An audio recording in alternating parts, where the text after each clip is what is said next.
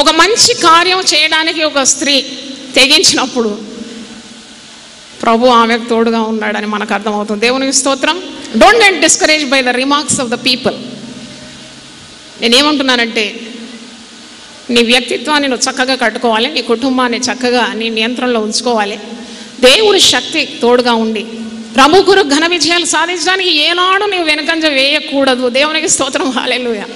మరి స్త్రీ మనకు గొప్ప నిదర్శనంగా నిలబడుతుంది. దేవునికి స్తోత్రం.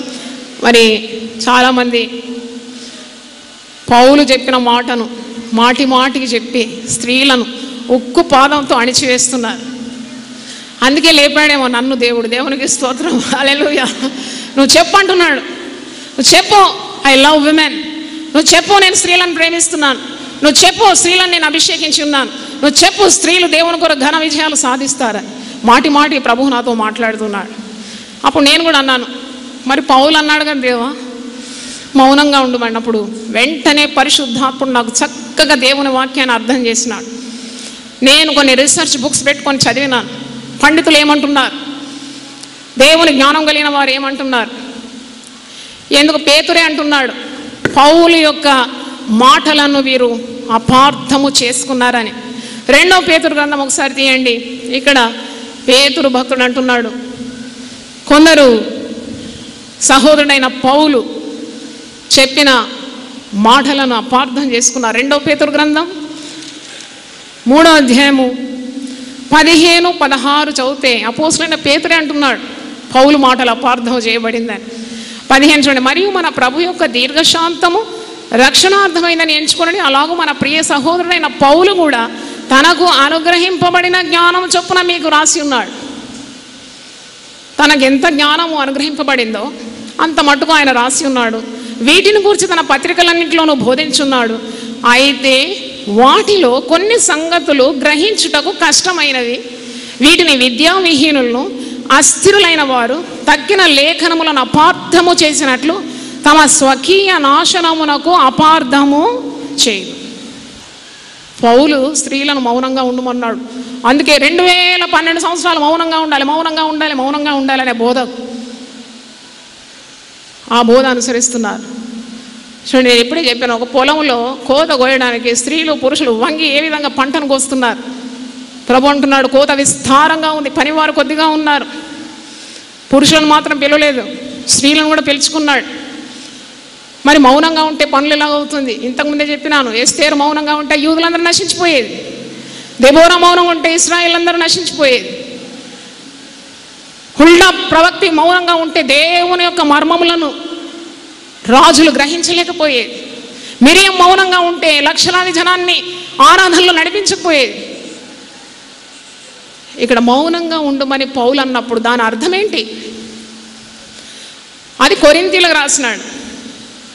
రాజమండ్రిలో ఉన్నవారు, రామ్నగర్లో ఉండేవారు కూడా ఆ మాట పట్టుకొని ఉంటే ఏ విధంగా సేవ జరుగుతుంది? కొరింథీయులకు ఎందుకు రాసినాడు ప్రభువులు?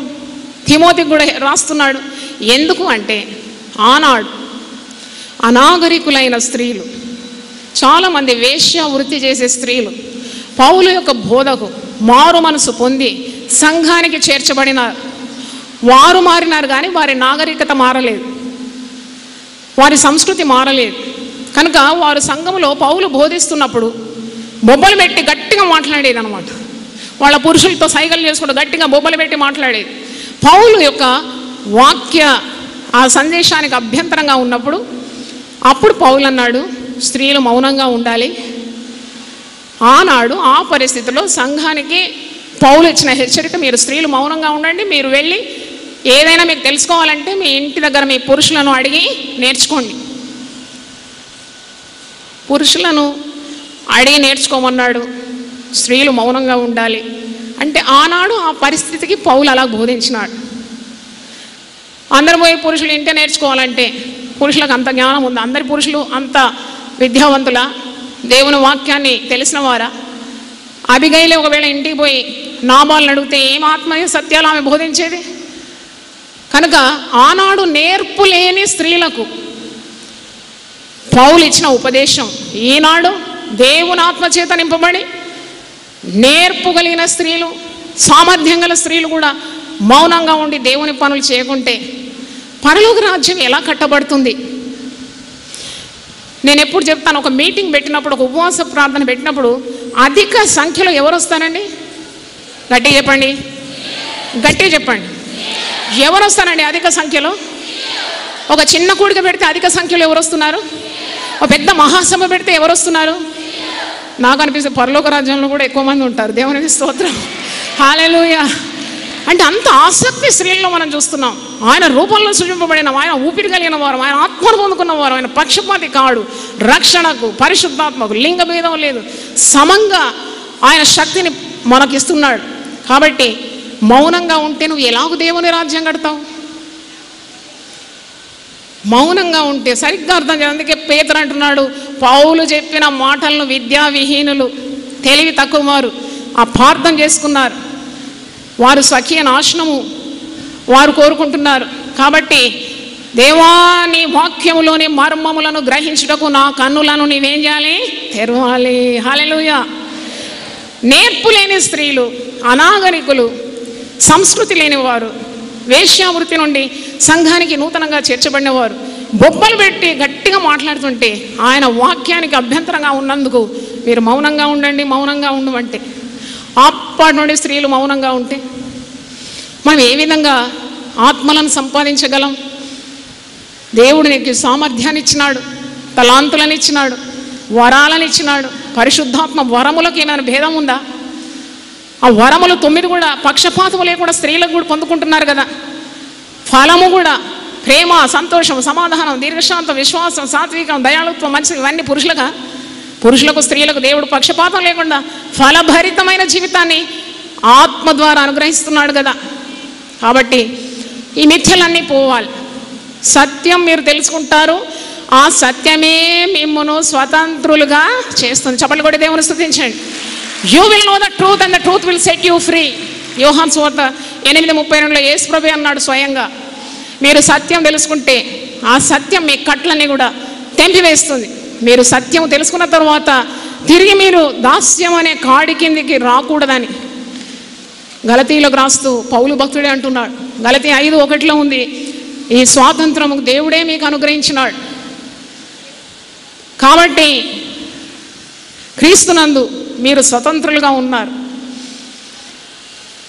మీరు స్థిరంగా నిలిచి మరల దాస్యమును కాడి క్రింద చిక్కుకొనకుండా చూచుకొనుడి. దేవునికి స్తోత్రం, హల్లెలూయా. వాక్యం వెల్లడి అవుటతోడనే చీకటిలో వెలుగు కలుగుతుంది. మీ దాస్యం, మీ కట్లన్నీ తెగిపోతుంది. దాని తర్వాత తిరిగి మీరు దాస్యం అనే కాడి కిందికి రాకూడదు. తర్వాత వాక్యంలో ఒకవేళ పౌలు మౌనంగా ఉండమన్నాడు అని అంటే గలతీయులకు రాసిన పత్రిక 3:28 మీరు చూసినప్పుడు మీకు తేట తెల్లమైపోతుంది. గలతీయులకు రాసిన పత్రిక 3:28 నేను 25 నుండి చదువుతున్నాను.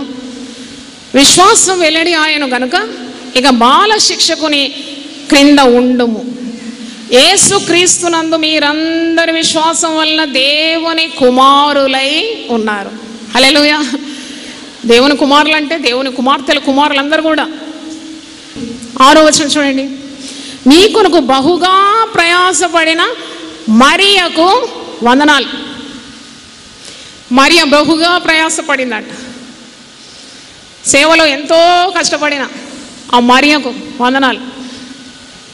మౌనంగా ఉన్న ఫీబేకు, మౌనంగా ఉన్న అక్కులకు, మౌనంగా ఏ పని చేయకుండా మరియకు శుభములని వందనాలని చెప్పడం. వీళ్ళంతా చాలా ప్రయాసపడినారండి, చాలా కష్టపడినారండి, సేవలో సహకరించినారు. వారందరికీ కృతజ్ఞత తెలియజేస్తున్నాడు. ఇంకా చూడండి 7వ వచనం. నాకు బంధువులను నా తోడి ఖైదీలైన ఆంద్రోనికను యూనియకును వందనములు. వీరు అపోస్తలుల్లో ప్రసిద్ధికెక్కిన వారై నాకంటే ముందుగా క్రీస్తునందున్నవారు. 2 అపోస్తలుల పేరుంది, యూనియా, ఆంద్రోనిక. ఆంద్రోనిక పురుషుడు, యూనియా ఒక స్త్రీ అయి అపోస్తకురాలుగా ఉంది. పౌలు కంటే ముందుగానే ఆమె అపోస్తకురాలని మీరు రీసెర్చ్ చేస్తే మీకు అర్థమవుతుంది. జూనియా వాజ్ ఏ విమెన్ అపోస్టల్. వారికి ఇద్దరికి కూడా వందనాలు చెప్తున్నాడు పౌలు. తర్వాత 12వ వచనం చూడండి, ప్రభువునందు ప్రయాసపడు తుప్రైనాకును త్రుఫోసాకును వందనం. వీరు కూడా స్త్రీలే. బహుగా ప్రభువునందు ప్రయాసపడిన వారికి వందనాలు. తర్వాత ప్రియురాలకు పెర్సిసునకు వందనములు. ఆమె ప్రభువునందు బహుగా ప్రయాసపడే. ప్రియురాలకు పెర్సిస్ అంటే నేను అనుకున్నాను పౌలు ప్రియురాలేమో అని. అప్పుడు పరిశుద్ధాత్ముడు అన్నాడు పౌలుకు కాదు, సంఘానికి ప్రియురాలు. చప్పట్లు కొట్టి దేవుని స్తుతించండి. హల్లెలూయా. సంఘానికి పెర్సిస్. ఎందుకు ప్రియురాలైపోయింది? ప్రియురాలు అని పౌలు సంబోధిస్తున్నాడు కదా. స్త్రీ ద్వేషకుడు అని మీరు అనుకుంటున్నారు, కానీ ఎంతగా ప్రేమిస్తున్నాడు స్త్రీలను. దేవుని ఆత్మ కలిగిన వాడు పౌలు. పెర్సిస్ చాలా ప్రయాసపడింది. ప్రియురాలకు పెర్సిస్ అంటే సంఘానికి ప్రియురాలైపోయింది. అందరూ ఆమెను ఇష్టపడుతున్నారు, ఎందుకంటే ఆమె పరిచర్య అంత గొప్పది. ఆమె సంఘము ఆమెను ప్రేమిస్తుంది మిక్కటంగా. ఆమె ఎంతో ప్రయాసపడింది. ఆమెకు కూడా వందనాలని పౌలు తెలియజేస్తున్నాడు. ఇంకా 13 చూడండి, ప్రభువునందు ఏర్పరచబడిన రూఫునకు వందనములు, అతని తల్లికి వందనములు, ఆమె నాకును తల్లి. చప్పట్లు కొట్టి దేవుని స్తుతించండి. ప్రభువునందు ఏర్పరచబడిన రూఫుకు వందనాలు, రూఫ్ యొక్క తల్లికి వందనాలు, ఆమె నాకు కూడా తల్లి అంటే అర్థం పౌలుకు ఆమె ఎంతో పరిచర్య చేసి, సొంత కుమారుని వలె అన్నం వడ్డించిందో, బట్టలు ఉతికిచ్చిందో, ఇంటికి వచ్చినప్పుడు విశ్రాంతి తీసుకున్నాడు, కావాల్సిన సహాయం అందించింది. కాబట్టి రూఫుకు మాత్రం తల్లి కాదు, నాకు కూడా ఆమె తల్లి. అంటే స్త్రీలు సేవ చేయకుండా మౌనంగా ఉన్నారా ఇక్కడ? మీరేమంటారండి? మీకు కావాల్సిన రుజువులన్నీ కూడా పరిశుద్ధ గ్రంథం నుండి ఇస్తున్నాను. ఇది నా మాటలు కాదు, దేవుడు నాకు ఇచ్చిన మాటలు, దేవుడు నన్ను ప్రేరేపించి చెప్పే మాటలు. మరి ఇక్కడ రూఫు తల్లికి వందనాలు అంటున్నాడు. 15వ వచనం చూడండి, యూలియాకు వందనాలు, సహోదరికి వందనాలు.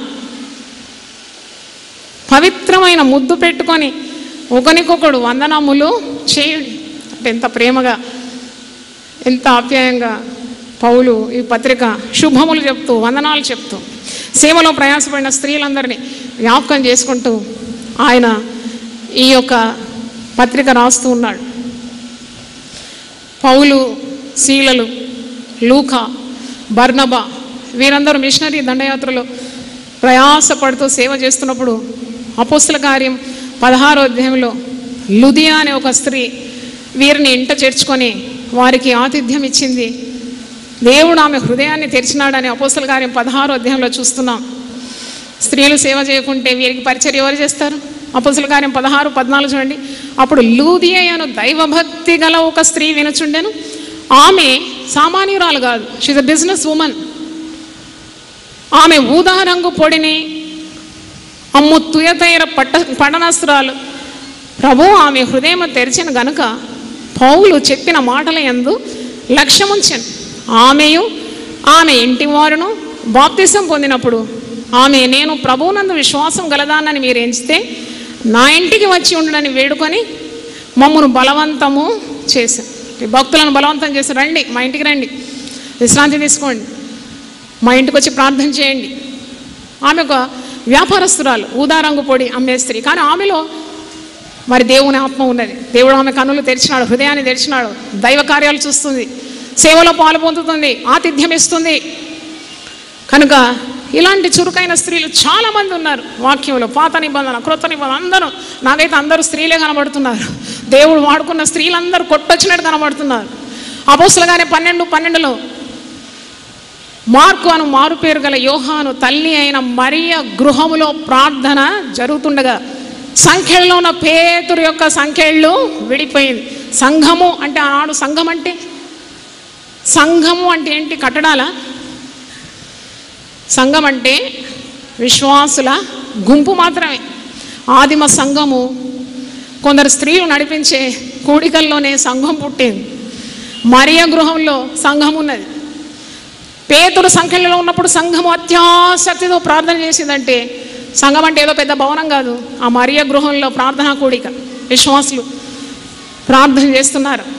దేవుడు గొప్ప కార్యం చేస్తున్నాడు. చెరసాల నుండి పేతురును విడిపించినట్టు మనం చూస్తున్నాం. తర్వాత వాక్యంలో మీరు చూస్తే, ఫిలిప్పీలకు రాసిన పత్రిక 4వ అధ్యాయం 2వ వచనం, ఒకసారి చూడండి, పౌలు భక్తుడు ఇద్దరు స్త్రీలను ప్రశంసిస్తున్నాడు. ఫిలిప్పీ 4:2 ప్రభువునందు ఏక మనస్సు గలవారై ఉండుడని యువోదియను సుంటుకేను బతిమాలు కొంచున్నాను. ఇద్దరు సేవకురాలు చాలా దేవుని కొరకు ప్రయాసపడుతున్నారు, కానీ వారికి ఏక మనసు లేదేమో, వారు ఏక మనసు కలిగి ఉండాలని వీరు తన సహకారులని, ఈ సహకారుల పేర్లు జీవ గ్రంథమందు వ్రాయబడి ఉన్నదని చివరి వరుసలో మీరు చూస్తారు 3వ వచనంలో. ఈ సహకారుల పేర్లు జీవ గ్రంథమందు వ్రాయబడి. చప్పట్లు కొట్టి దేవుని స్తుతించండి. హల్లెలూయా. చూడండి, పౌలు సహకారు, యువోదియ సుంటుకే, మరి ఇద్దరు స్త్రీలు పౌలు పరిచర్యలో సహకరించినారు. వారిని దీవిస్తున్నాడు పౌలు. వీళ్ళ పేర్లు జీవగ్రంథంలో ఉండాలని వారిని మరి ప్రశంసిస్తున్నట్టు మనకు అర్థమవుతుంది. దేవుని యొక్క సువార్త చెప్పడానికి స్త్రీలు ఏనాడు కూడా వెనకాడకూడదు. మీకున్న దీపాన్ని మీరు ఎత్తిపట్టుకోవాలి. అలా ధైర్యంగా సువార్త అందించినప్పుడు నేను అనేకమైన ఆత్మలను ప్రభు కొరకు సంపాదించగలిగినాను. ఒకరోజు ఒక భయంకరమైన క్రిమినల్ ఇంటికి వెళ్ళాల్సి వచ్చింది. ఆ ప్రదేశంలో చాలా మూఠా రౌడీ. అతని భార్య మా సహవాసానికి వచ్చేది, సంఘానికి వచ్చేది. ఆమె కూడా అన్యురాలే, కానీ ప్రభు తట్టు ఆకర్షింపబడేది. 4 పిల్లలు, నిండు గర్భిణి, 4వ కాన్పు. ఇప్పుడు భయపడి వణుకుతూ ఉందన్నమాట. నా దగ్గరకు వచ్చి, అమ్మా నేను ఆత్మహత్య చేసుకుంటాను, నేను ఇంకా బ్రతకను, నేను చచ్చిపోతాను. ఆమె ఎవరో కూడా నాకు తెలియదు. నేను అడిగినా, నువ్వు ఎక్కడ ఉంటావమ్మా అంటే, నేను ఈ చర్చికి దగ్గరే ఉంటానమ్మా, నా భర్త భయంకరంగా త్రాగొచ్చి కడుపులో దంతాడమ్మా, పిల్లలందరూ భయపడి వణికి మంచం కింద దాచుకుంటారమ్మా, నా జీవితమే ఒక నరకము, కాబట్టి పిల్లలకు నాకు నేను మరి మందు తాగి చావాలని అనుకుంటున్నాను. నువ్వు చచ్చే అవసరమే లేదు, నువ్వు ముఖ్యంగా సంఘానికి వచ్చినావు, జీవం గల దేవుని సంఘానికి వచ్చినావు, నీకు ఇంకా చావు లేదని చెప్పినాను. దేవునికి స్తోత్రం. హల్లెలూయా. యేసుక్రీస్తు లోకానికి ఎందుకు వచ్చినాడు? జీవము సమృద్ధి అయిన జీవం ఇవ్వడానికి వచ్చినాడు. ఒక దైవ సేవకురాల దగ్గరకు నువ్వు వచ్చినావు, నీకు ఇంకా చావు లేదు, నేను వస్తాను మీ ఇంటికి ప్రార్థన చేస్తానని. మరి దేవుని ఆత్మ ద్వారా దేవుడు నాకు ధైర్యం ఇచ్చినాడు. అది రాత్రి 9 గంటలకు అయ్యగారు అప్పుడు డ్యూటీలో ఉన్నారు. ఈ స్త్రీ వచ్చి నా దగ్గర, నేను చచ్చిపోతాను, నేను ఇక బ్రతకనంటే, నేను అప్పుడే బ్యాంకులో పనిచేస్తున్నాను, అప్పుడు బ్యాంకు నుండి వచ్చినాను, నాకు 3 చిన్న పిల్లలు, వారిని సగబెడుతున్నాను. అప్పుడు ఏమొచ్చి ఏడుస్తూ ఉంది. నాకు ఎటు తోచలేదు. ఇప్పుడే నమ్మంటుంది ఇంటికి, లేకుంటే నేను చనిపోతాను అంటుంది. ఏం చేయాలి నేను? ఒకవేళ అయ్యగారికి ఫోన్ చేసి అడిగితే తప్పకుండా వద్దంటారు. రాత్రి ఎవరు పంపుతారండి భార్యలను?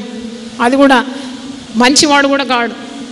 నేను పోయి నా రూమ్లో మోకరించినాను, ప్రార్థన చేసినాను. ప్రభు నాకు ఏటూ తోచడం లేదు, నువ్వేమో నన్ను సేవకురాలుగా నిలబెట్టినావు. ఒక ఆత్మ తనతో పాటు ఒక గర్భిణీ స్త్రీ, మరి ఇంకా 3 పిల్లలు చచ్చిపోతారంటున్నారు, విషం తాగుతాం, మా ఇంటికి రమ్మంటున్నా, నేనేం చేయాలి? అప్పుడు ప్రభు అన్నాడు, నువ్వు నీ యూనిఫామ్ వేసుకొని వెళ్ళమన్నాడు. నా యూనిఫామ్ ఇది.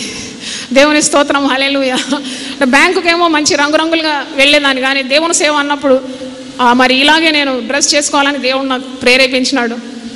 ఈ యూనిఫామ్ వేసుకుంటే చీకటి శక్తులన్నీ పారిపోతుందని నా విశ్వాసం. దేవుని స్తోత్రం. మరి వేసుకున్నాను. 9 అయింది. మరి పిల్లలను పని ఆమెకు అప్పగించినాను. సరే ఇక్కడే కదా, ఈమె చాలా ఏడుస్తుంది, ఇంటికి వచ్చి ప్రార్థన చేస్తే ఆ మరణం అనేది కొట్టివేయబడుతుందని ధైర్యం కూడగట్టుకొని వేస్తాను ఒక అడుగు ప్రభు కొరకు. గుండెలో గుడ్లు పెడితే ఉడిగిపోతాయి అన్నమాట, అంత భయం. ఎందుకంటే నేను వెళ్తున్న ఈ గృహము భయంకరమైన త్రాగుబోతు, అక్రమస్తుడు, దుర్మార్గుడు. ప్రభు కొరకు నేను వెళ్తున్నాను. మరి స్త్రీ చనిపోతా అంటుంది, ఏం చేయాలి? పర్వాలే, ఒక ఛాలెంజ్, ఒక రిస్క్ తీసుకుంటానని పరిశుద్ధాత్మతో మంచిగా నింపబడి బైబిల్ పట్టుకున్నాను, తెల్ల బట్టలు కట్టుకున్నాను, వెళ్ళినాను. అంతే, గుమ్మంలోనే పెద్ద గొలియాతులాగా నిలబడుతున్నాడు ఆయన. భయంకరమైన వ్యక్తి, నల్లగా, కండ్లేమో ఎర్రగా, వెంట్రుకలన్నీ పెంచుకొని ఇలా నిలబడుతున్నాడు. చూడండి, దేవుడు మనల్ని సేవకు వెళ్ళమన్నప్పుడు మనల్ని ఒంటరిగా పంపడు, మనతో కూడా వస్తాడండి. దేవునికి స్తోత్రం. హల్లెలూయా. యుగ సమాప్తి వరకు సదాకాలము నేను నీకు తోడుగా. నేను ఒక సవాలుగా వెళ్తున్నాను. నేను వెళ్ళగానే బైబిల్ నా చేతిలో చూసినాడు, నా యొక్క అటైర్ చూసినాడు, ఈమెదో సేవకురాలు అనుకున్నాడు. ఇట్లా పక్కకు జరిగినాడు. ఎందుకంటే ఆ చిన్న గుమ్మంలో ఆయన నిండుగా ఉన్నాడు. నేను ఆయన పేరు పెట్టి పిలిచినాను. అంటే ఆ పేరు ఆయనకు తెలుసు, నాకు తెలుసు కదా. ఆమె భార్య చెప్పింది ప్రేమతో, అయ్యా నేను మీ గృహంలో ప్రార్థన చేయడానికి వచ్చినానంటే వెంటనే అమ్మా అని చెప్పి పక్కనే తొలగినాడు. నన్ను వారి ఇంట్లో కూర్చోబెట్టినారు. నా వెనుక పెద్ద సాయిబాబా విగ్రహం, నేను కూర్చున్న కుర్చీ వెనుక చూస్తే విగ్రహం, ఇల్లంతా విగ్రహాలే. చేసే అక్రమాలన్నీ చేస్తాడు, పూజలు కూడా అంతకంటే ఎక్కువ చేస్తాడట. నన్ను కూర్చోబెట్టిన తర్వాత నేను అన్నాను, అయ్యా కూర్చో, నీ కొరకు ప్రార్థన చేయడానికి నేను వచ్చినాను అని అంటే, అమ్మా ఇప్పుడే నేను వస్తాను, ఒక 2 నిమిషాల్లో వస్తానంటే నేను అనుకున్నాను ఇక అటే పోతాడేమో రాడనుకున్నాను. కానీ ఒక 30 మందిని పట్టుకొచ్చినాడండి. 30 మందిని పట్టుకొచ్చినాడు. ఎందుకంటే వాళ్ళదంతా ఉమ్మడి కుటుంబము, అక్కపక్కలంతా అన్నదమ్ములు అక్కచెళ్ళ కుటుంబాలు అందరూ అమ్మ మన ఇంటికి వచ్చింది, అమ్మ మన ఇంటికి వచ్చిందని చెప్పి వారందరూ నడిపించినాడు. అందరినీ వరుసగా కూర్చోబెట్టినాడు. నేను అప్పుడు వారి గృహంలో పొట్టి జక్కయ్య గురించి చెప్పినాను. జక్కయ్యను, పాపి అయిన జక్కయ్య, సుంకపు గుత్తదారి, ఎన్ని అక్రమాలు చేసినాడు, లంచగొండి. యేసు ఆయనను ప్రేమించి, జక్కయ్య త్వరగా దిగినా, నేను నీ ఇంటికి వస్తానంటే ఆ ఇంటికి రక్షణ వచ్చేసింది. జక్కయ్య తన పాపాలు ఒప్పుకున్నాడు, ఎవరిని మోసం చేసినాడో 4 రెట్లు చెల్లించినాడు. ఇవన్నీ చెప్పినాను. ఎంత అద్భుతం అండి! దేవుని వాక్యము శక్తి గలది. చెప్పేవారు అబలలైన సబలలైన పురుషులైన స్త్రీలైన శక్తి దేంట్లో ఉందండి? చెప్పండి గట్టిగా. వాక్యములో ఉన్న శక్తి. హల్లెలూయా, హల్లెలూయా. అది స్త్రీ చెప్తుందా పురుషుడు చెప్తుందా అని కాదు. ఒక లేడీ డాక్టర్ ఇంజెక్షన్ ఇస్తే తీసుకోడా పురుషుడు? లేదు నేను పురుషుడు ఇస్తేనే తీసుకుంటానంటే, ఏదైనా పురుషుడో స్త్రీయో ఇంజెక్షన్ పడాలి, రోగము నయం కావాలంతే. మరి నేను స్త్రీగా ఉండి యేసుక్రీస్తు కూర్చున్న సువార్త ఆ అక్రమస్తుని ఇంట్లో చెప్పినాను. దేవుడు నా ప్రయాసం వ్యర్థం చేయలేదు. ఆ బహు దుర్మార్గుడు మందిని ఉంచే మూఠా రౌడి ఆ రోజు కన్నీళ్లు గార్చినాడు, బండ బదలైంది. దేవునికి స్తోత్రం, హల్లెలూయా. మోకరించినాడు. నేను ప్రార్థన చేసినాను. తర్వాత మా సంఘానికి వారు రావడం, దాదాపు 40 మంది బాప్తిసం తీసుకున్నారండి. దేవునికి స్తోత్రం, హల్లెలూయా. ఇంత పెద్ద పంట కోసినాను, 40 మంది కంటే ఎక్కువగా. దాంట్లో ఒక కాపరి కూడా మరి ప్రభు సేవ చేసినాడు. దేవునికి స్తోత్రం. నేను ఎందుకు చెప్తున్నానంటే, నీవు బలహీనరాలు ఉండొచ్చు, నువ్వు స్త్రీగా ఉండొచ్చు, కానీ నువ్వు క్రీస్తును ధరించుకున్నావు కాబట్టి, క్రీస్తు యేసునందు విశ్వాసం ఉంచేవారు దేవుని కుమారులై ఉన్నారు. దేవునికి స్తోత్రం, హల్లెలూయా. గ్రీసు దేశస్థుడని, మరి ఏ దేశస్థుడైనా, యూదుడని హెల్లేనుడని, దాసుడని స్వతంత్రుడని, స్త్రీ అని పురుషుడని భేదం లేకుండా పరిశుద్ధాత్మ శక్తి ద్వారా దేవుని యొక్క శక్తి క్రియలు నువ్వు చేయగలవు. అయ్యా, లోకము అబలలని మమ్మును పిలిచిన బలవంతులను సిగ్గుపరచడానికి బలహీనలను వెన్నుకుంటావని వాక్యం సెలవిస్తుంది. శారీరకమైన బలం కాదు, ఆత్మలో అంతరంగ పురుషుడు దినదినము బలం పొందుతాడని, నీ కొరకు ఘన విజయాలు మేము సాధించగలమని, సర్వలోకానికి వెళ్ళి సర్వ సృష్టికి మేము సువార్తను అందించగలమని,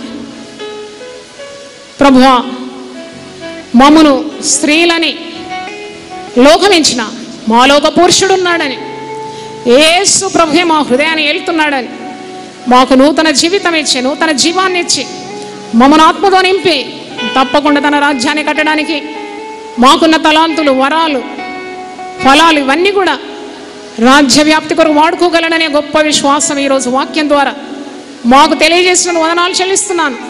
నీ రూపంలో మేము చిక్కబడినాం, నీ ఆత్మ మేము కలిగిన వారు. పాత నిబంధనలో, క్రొత్త నిబంధనలో గొప్ప గొప్ప వీర వనితలను మేము జ్ఞాపకం చేసుకున్నాం. నశించే ప్రజల గురించిన ఆత్మ భారం మాకు అందరికీ దయచేయండి నాయన.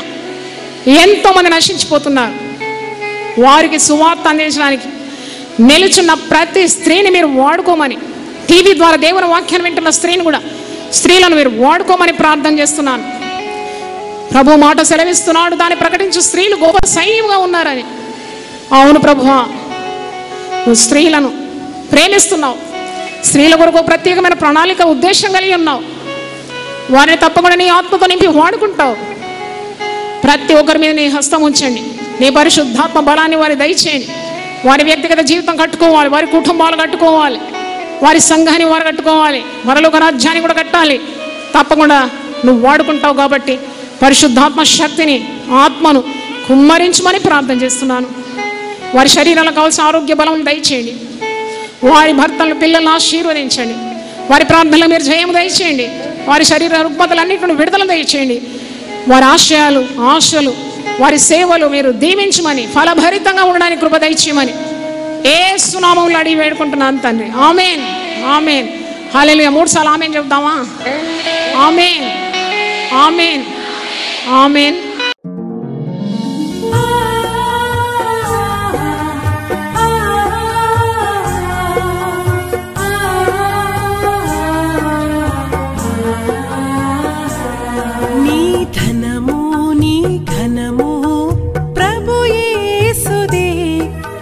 దశమా భాగమునీయ వెనుదీతువా.